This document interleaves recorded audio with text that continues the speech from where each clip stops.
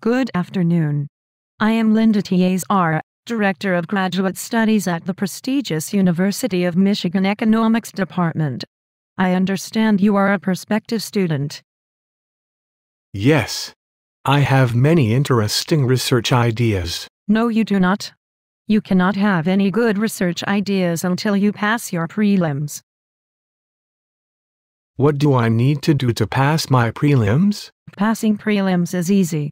You just have to have a degree in math, be able to do a metric shit ton of algebra without making a single mistake, and cope with the pressure of your entire career as an economist relying on 4 hours of high-intensity scribbling. What's that? You thought you were here to study economics. Don't worry, this is all just to instill in you the right combination of pointless high-level math, obscure vocabulary, and bitterness with the world that you need to be a great researcher in the well-respected and scientific field of economics. If I pass my prelims, then do I get to do research? No. First, you will need to get an advisor to shit all over the research ideas you thought were so great.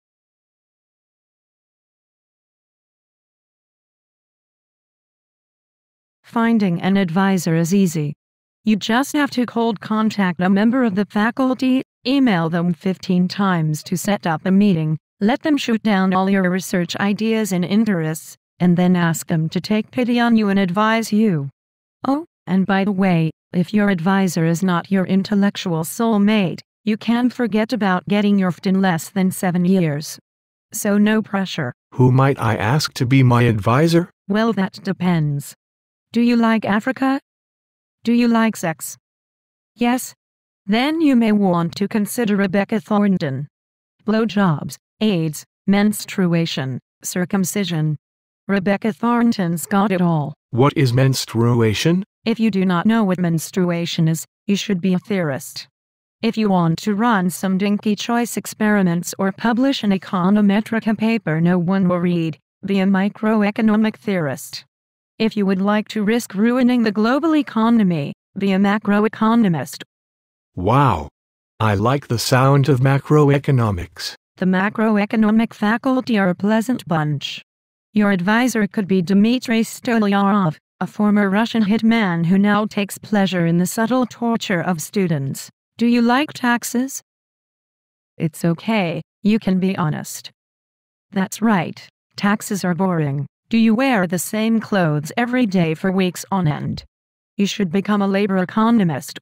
John Bound would be the perfect advisor for you. Who is John Bound? John Bound is a former crack addict and homeless person who demolished IV regression. Anyway, once you have an advisor, it is time to develop an original research idea.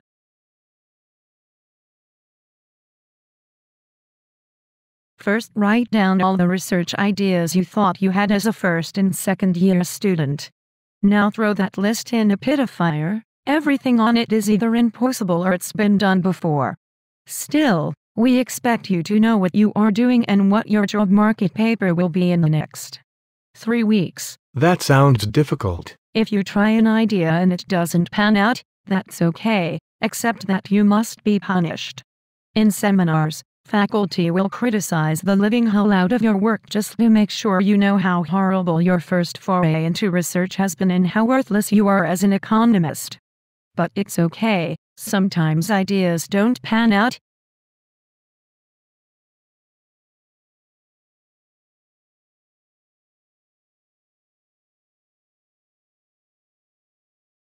That step has a long title. Yes.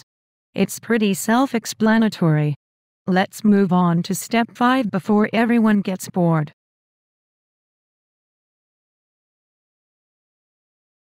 Writing a brilliant job market paper will get you a job. So will having a South African accent. How? Do I write a badass job market paper? I do not know.